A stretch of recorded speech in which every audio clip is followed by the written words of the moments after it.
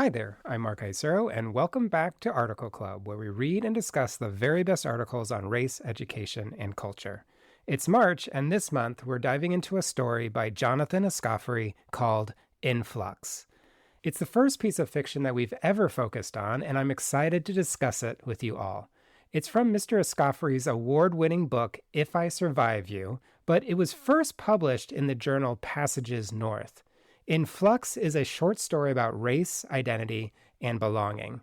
Mr. Escoffery's main character, Trelawny, struggles to figure out how best to fit in as the people he comes into contact with incessantly ask him the question, "What are you?"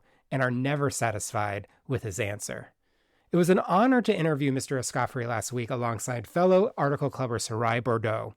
We discussed a number of topics, including the shame the main character feels, the use of the second person point of view, and the messiness of identity, especially given our society's disdain for nuance and complexity. Here's our interview. Hope you enjoy it. Jonathan Escoffery, thank you so much for being on Article Club. Thanks for the invitation. I'm happy to be with you today. So excited to talk to you. You got me and Sarai here ready with some questions about your piece in Flux. It comes from your book, If I Survive You. We totally loved it. We want to get into it. And I've got the first question, and it's about how you start your piece with the protagonist being a young kid, 7, 8, 9 years old, and right from the beginning being asked this question, what are you? And specifically at the beginning, it was, what language is your mother speaking? And as a reader, I just felt shame right from the beginning. And in the piece, you talk about the shame right from the beginning that the main character is getting from the neighborhood kids.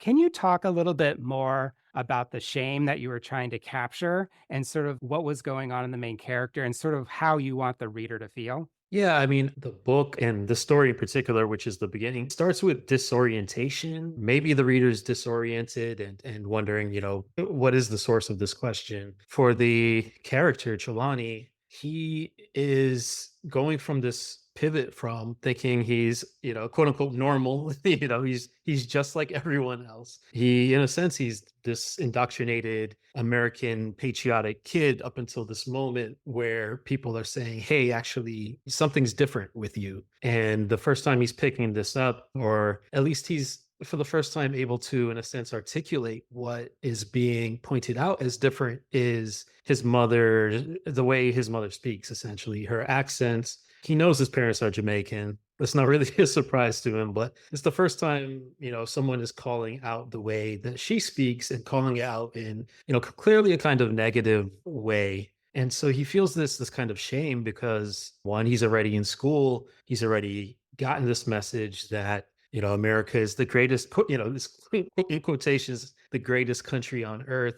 The implication meaning, if you're coming from a different place, you're kind of lesser than. And, he's trying to figure out, what do I do with that information as somebody who, wants to be a proud American, but also wants to be proud as a human being, wants to be proud of his family, his parents, and especially his mother. And so there's this kind of sorting out of what to do with the question itself. Aspects of his being are within his control. These aren't changeable things. He can't change where he was born. He can't change where his parents are from. But what he can do is try to understand this phenomenon of being asked, what are you? And why does your mother talk so funny? Yeah, thank you. Yeah. So, kind of speaking to that disorientation, putting the story in the second person, I think really helps to achieve that. Like for the reader, in my opinion, it really kind of helps to be like, oh, wait, what? Like, and this like sorting out that the character goes through throughout the story and throughout the different instances that we find the character in. I feel like the second person perspective is really, really important to that. What would you mind saying more, a little bit more about that? Yeah, I think a couple things. I mean,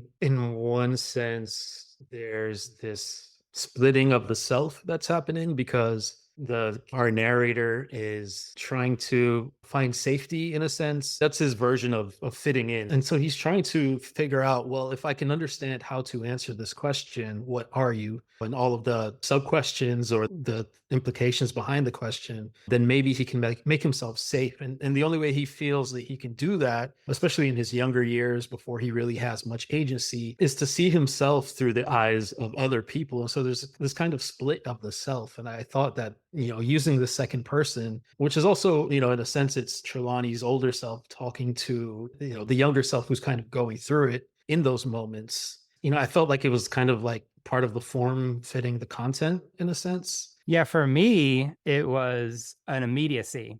It was making sure that I was in the story with the main character in a way that I felt was both extremely effective as well as, I would say, relentless in some ways, especially because the main character never finds relief, even though he is trying to belong, fit in, whatever. He's rarely successful. And even if he is successful, it is dependent on whether other people are satisfied, whether they accept. And so for me, especially as a white reader, it's sort of like, not just did I get sort of right next to the main character, but it caused in me sort of like just this anxiety and lots of various feelings throughout. I am wondering some of the choices that you made. Can you say more about that? Yeah.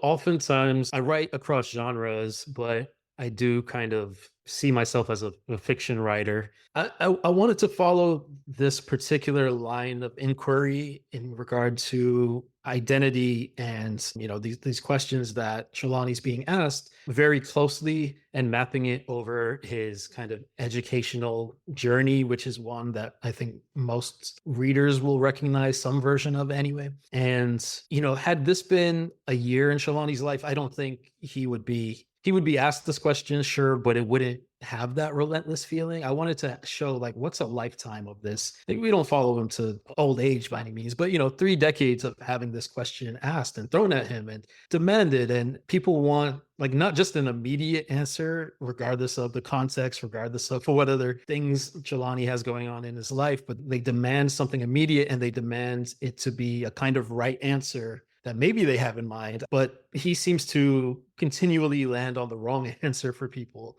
based on their assumptions of who it is that they're looking at, or maybe, to say crassly, what it is that they're looking at. And I wanted to show that the intensity of that when you add it up over years. I wanted, sometimes I'm asked the question like, what did you want readers to take away? And it's like, I don't have this one answer, agenda in writing something like this, but it's like, if anything, I want people to feel a bit of the experience of that, experiencing that over, decades of your life, and how that might shape you, especially if you're, a sensitive person, and not even just a sensitive person, but like a thinking person. Trelawny he's observant, and he does get a little bit bogged down. And in a sense, he internalizes this inability of people to characterize him, and feels this need to label himself in ways that, maybe a different kind of character wouldn't. I wanted to show the way that we do sometimes internalize problematic things and questions and viewpoints. And then if society agrees on something that doesn't necessarily fit like you or your lived experience, it could be a difficult thing to battle.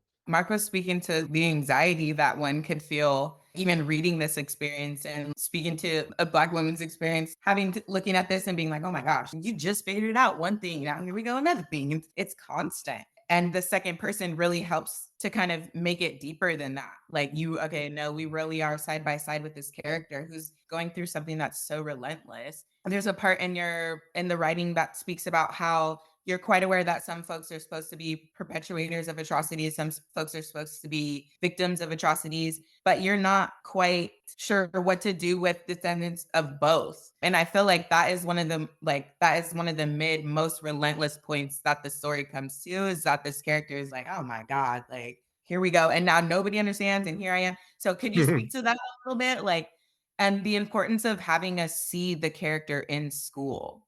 I grew up in Florida. It's very easy to recognize that there's just like, it's a broken educational system to, be very mild about it.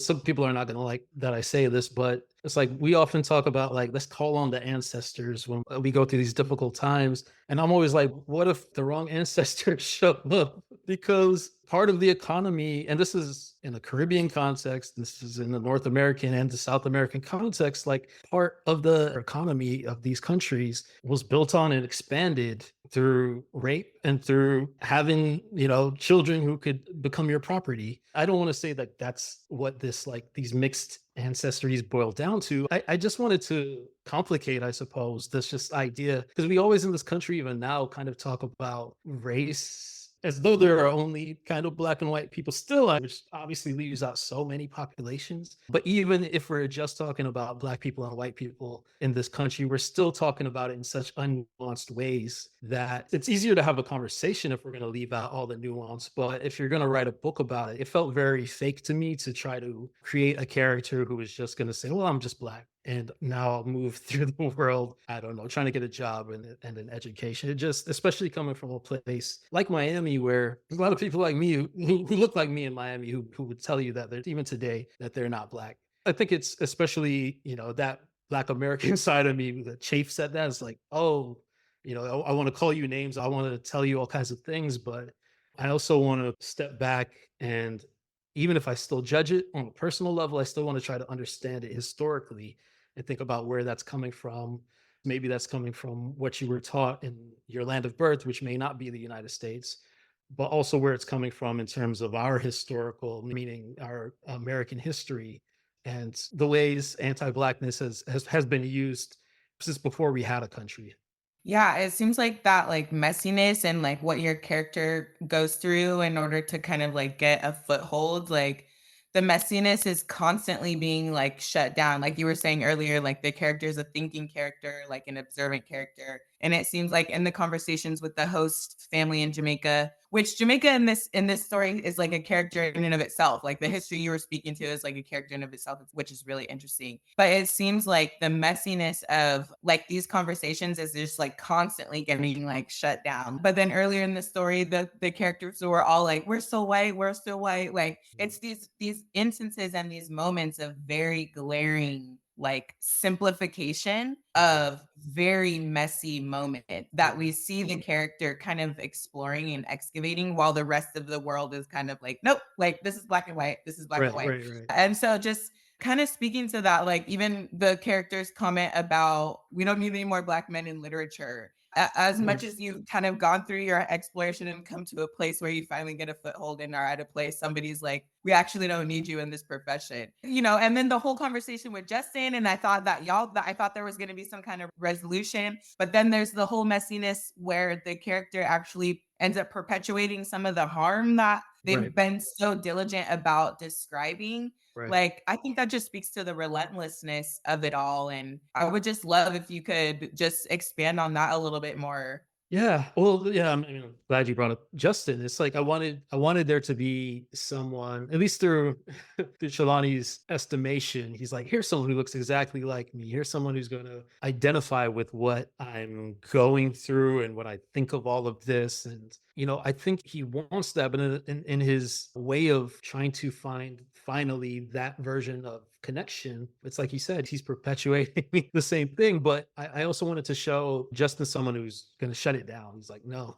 absolutely not. I'm not participating. I don't care that you may think you look like me. No, I'm not going to participate in this question. And that's, in a way, that's an alternate route that Trelawny could have taken, but didn't. And so I wanted to show that, it's not my, in a way, it's like, because sometimes I get asked these questions as though, do you have a identity crisis that you're going through? It's like, I want to show that, clearly not everybody is grappling with these questions, Mm, no matter wow. what their background is or what they look Mm, like, while some people might be. And this question of what are you, which is obviously it's problematic, it's jarring, but I thought it'd be useful in that it's not just about skin color, it's not just about race, it's not just about ethnicity, it's not just about nationality. It's like even his being an artist, which might be considered a version of his true self, is still not quite being accepted within this particular context. His career, he's not the right kind of black man based on his career choice, according to these characters. And as much as all of this is being fictionalized, like I'm pulling a lot of this from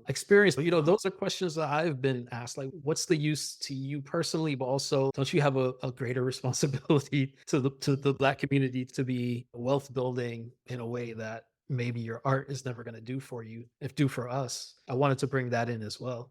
Jonathan, thank you so much for your story, as well as for sharing all these thoughtful perspectives with me and Sarai. One last question, only if you want to answer, which is, we hear that you're writing another book. And in fact, you're taking time away to talk to us. So if you want to, can you share a little bit about what you're working on? I'll say, yeah, I am working on a novel. It's set back in Miami. It's going to take place mostly on Miami Beach. And it has a lot to do with what's going on with Florida politics right now. Sometimes I'm writing it, and what I'm writing feels like the near future. And then a story comes out of Florida, and it's like, no, this is this is now. And if I don't write fast enough, it'll be, someone will call it historical fiction, because it's just absolutely insane what's going on with what can not be said in the classroom, whose books can't be taught. They're trying to destroy education. They want a dumber electorate, and they want a lot of other things. But it's both like the plays from history that we've seen, but it also feels dystopian because we are living through this. So it's just wild. But anyway, those are the themes I'm dealing with anyway. Wow, I'm doing like a shoulder shake. That makes me so excited. Yeah. Just like speaking to the ways that there are all these different things that you can't even write fast enough and to like keep track of, like that really, I think, like fits with the messiness of everything that we're dealing with and the messiness that your character deals with. Yeah, like Mark said, I just want to thank you so much for taking time out to chat with us. Thank you. It's been a pleasure to speak with both of you. Thanks, Jonathan. All right. Take care. I'd like to thank Mr. Escoffery yet again for saying yes to Article Club and for sharing his thoughts about his piece. Also, I'm very grateful to you all for listening, and I encourage you to join our discussion on Influx if you're interested. We're going to be meeting on Sunday, March 24th from 2 to 3:30 p.m. Pacific Time. All you need to do to sign up is to go to highlighter.cc/discussion. Thank you, and hope you have a great weekend ahead.